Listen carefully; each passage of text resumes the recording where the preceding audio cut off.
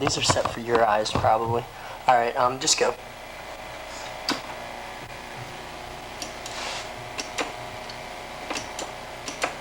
Come on!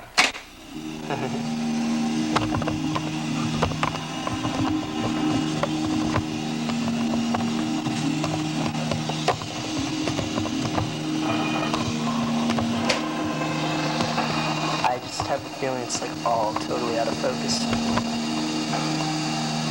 Horse Computer episode number 2. Looks better. It's a remix episode. Alright. Sounds good.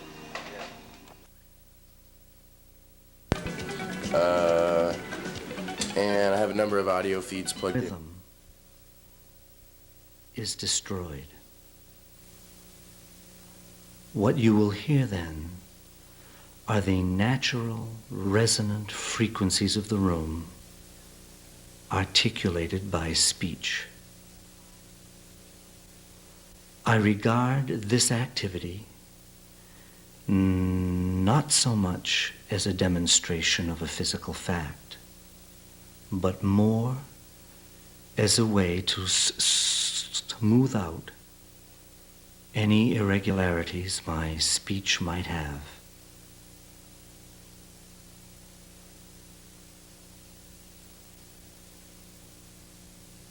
I am sitting in a room different from the one you are in now. I found a really good tape. Look at I am this tape. recording the sound of my speaking voice, The contrast in it because of that back. and I am going to play it back. Carolina farming. I am sitting in a room different from the one you are in now. I am recording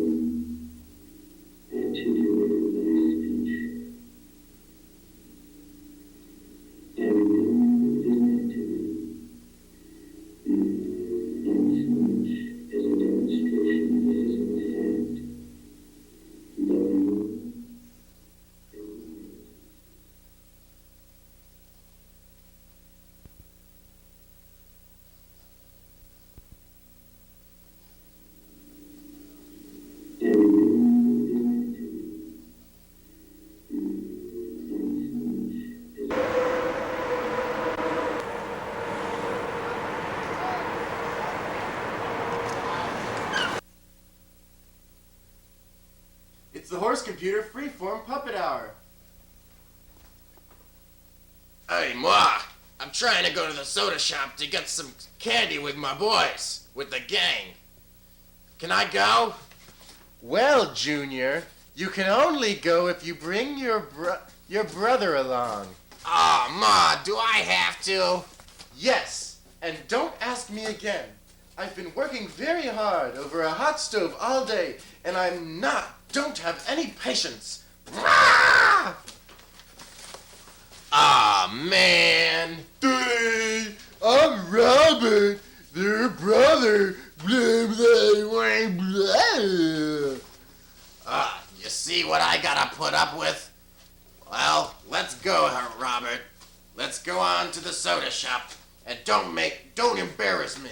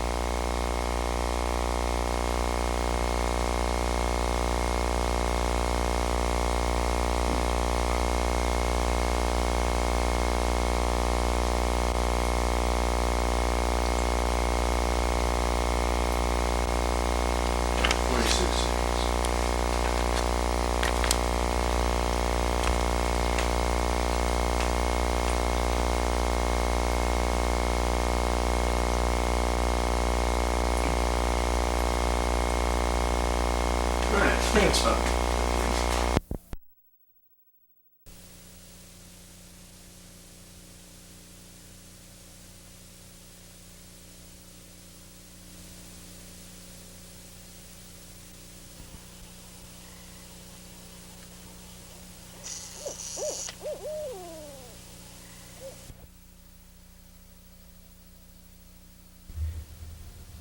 In the 21st century, there was a man who drank fog juice and turned into fog. This is his story.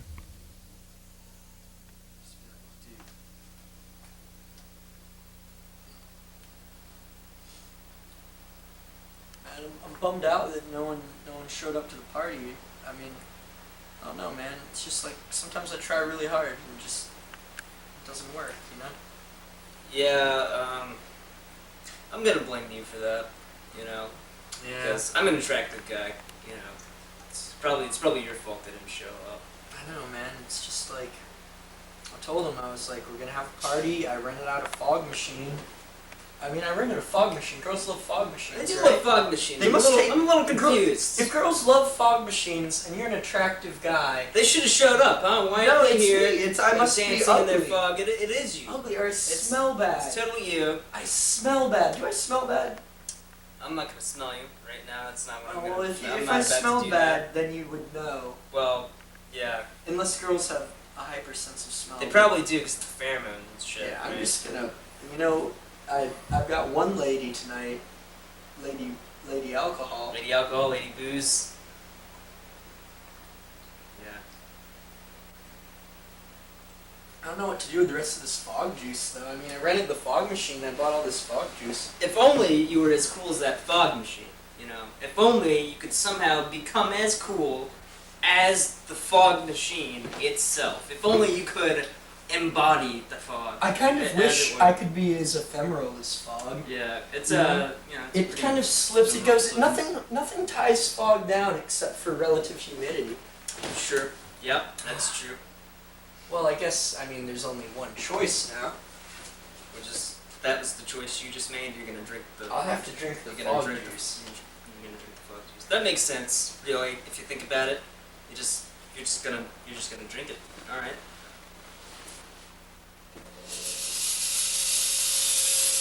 What's happening here? What is this?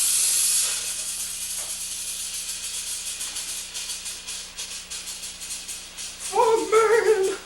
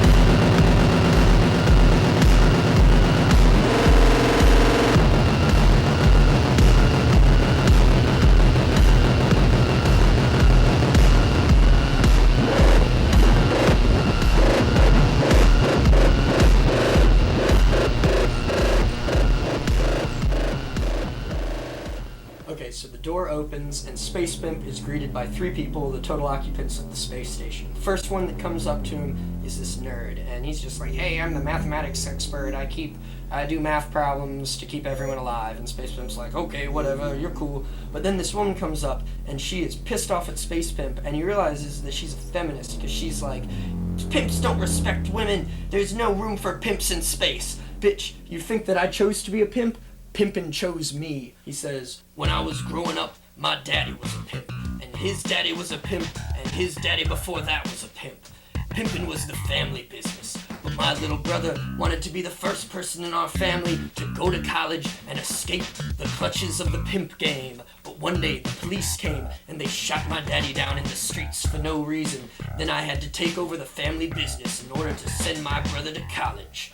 But then there's one last person on the space station, and it's this woman. She hasn't even looked up. She's just too busy working. She's sitting in the back, and Spacepimp's like, I suppose you're just gonna tell me I don't belong here either. And she turns around, and Spacepimp is struck by her beauty. She's just like, Spacepimp, I don't care what you do or who you are, but just leave me alone so I can get my work done, so I can get off this boring space station. And at that moment, Spacepimp's very sad, because he's just been rejected by 2/3 of the entire population of this moon base. So he walks around, he walks into this dark room, he's really sad, but then he just turns on the light, and he realizes he's in the hydroponic grow room of the moon station. So he reaches into his pocket, and he finds these marijuana seeds that he brought in case of emergency from Earth. So he goes up to this hydroponic robot, which is named Growbot, and he's like, hey, I'm trying to grow these tomatoes. And the Growbot's like, okay, Spacepimp, man, whatever, just plant them away. And so Spacepimp does that, and then Spacepimp just walks away thinking, he's got his plan set in motion. And then he overhears the sound of this mathematical jargon coming from this room, and he sees the nerd giving a math lesson to the feminist. And he's like, oh, I know why she's unhappy. Because she can't tell this guy that she loves him, because he's always talking about math, and it's really boring to her. And so he goes in there, and he confronts her, and he's like, hey, I'm sorry I had to raise my voice at you earlier, but I can see what's going on here, and I think I can help get you two together if you just, accept me for who I am and for who I used to be and forgive my faults. And she's like, okay. So just then, his watch beeps, and he looks down, and it's Growbot telling him that the growth cycle for the plants he planted earlier is complete. So he walks in the room, and Growbot's just sitting there rolling up giant joints for Spacepimp, and he's like, Spacepimp, I knew what you was up to all along. And then he gives him this joint, and Spacepimp looks over, and he sees the master air supply for the entire space station. So he takes the joint, and he jams it in this air vent, and lights it up, and starts just saturating all of the air in the moon base with marijuana smoke. And so then the nerd is sitting over by the blackboard giving this math lesson when this smoke starts to come in. And he doesn't really know what's going on, but he just forgets how to do math. And then Spacepimp turns on the music, and it's a party. So the feminist, she gets up, she jumps at her chance, she grabs the guy, and runs into the next room with him to do who knows what. And so Spacepimp's love interest is sitting at her microscope when she smells these funny smells and hears this music pumping, and she gets up and she walks out, and when she enters the room, she sees Spacepimp, and they have a moment there together. Then, just in time to ruin the moment, the feminist comes out, and I guess she's gotten way too high, because she's sitting there with the space test monkey, and she's like, hey, I put a hat on the monkey, and everyone's kind of on the same level, so they're all laughing. And then all of a sudden the monkey blows up, and the nerd's like, oh shit, Illuminati attack!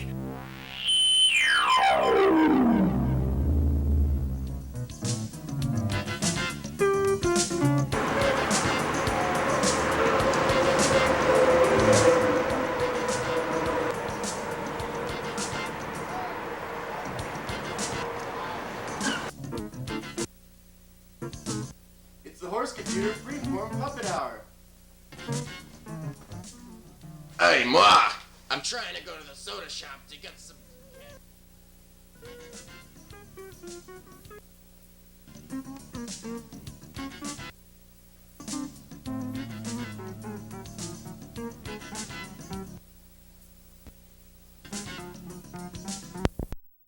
More things designed to lie down. And more things you can count on. Over and over. And while quality is something we look for first, Our great values have made us a name that lasts.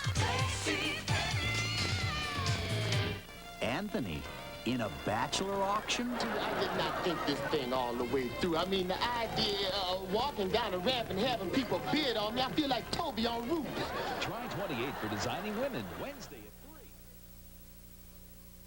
Just northwest of Kalispell, Montana, there's a place where you can punch cattle instead of a time clock and discover what horsepower is really about.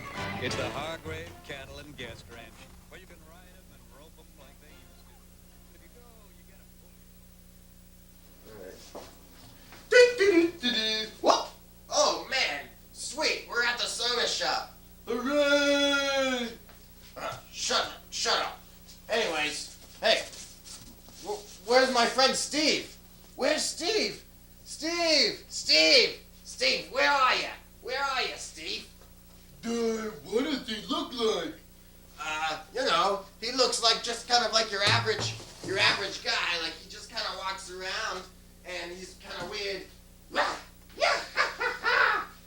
The joke's on you, hippo, and your little foolish rabbit friend as well. Is that Steve, Hippo? No, it ain't Steve, you fool. It's the evil nemesis of mine, alien giraffe head. Giraffe alien head. He's got laryngitis and scraggly teeth. He's kind of crazy. What'd you do with Steve?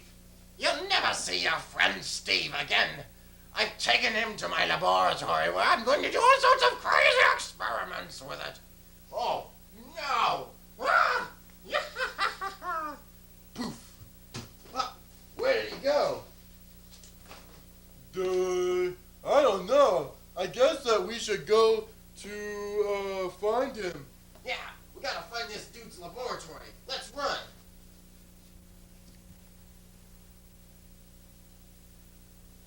Back-to-back music all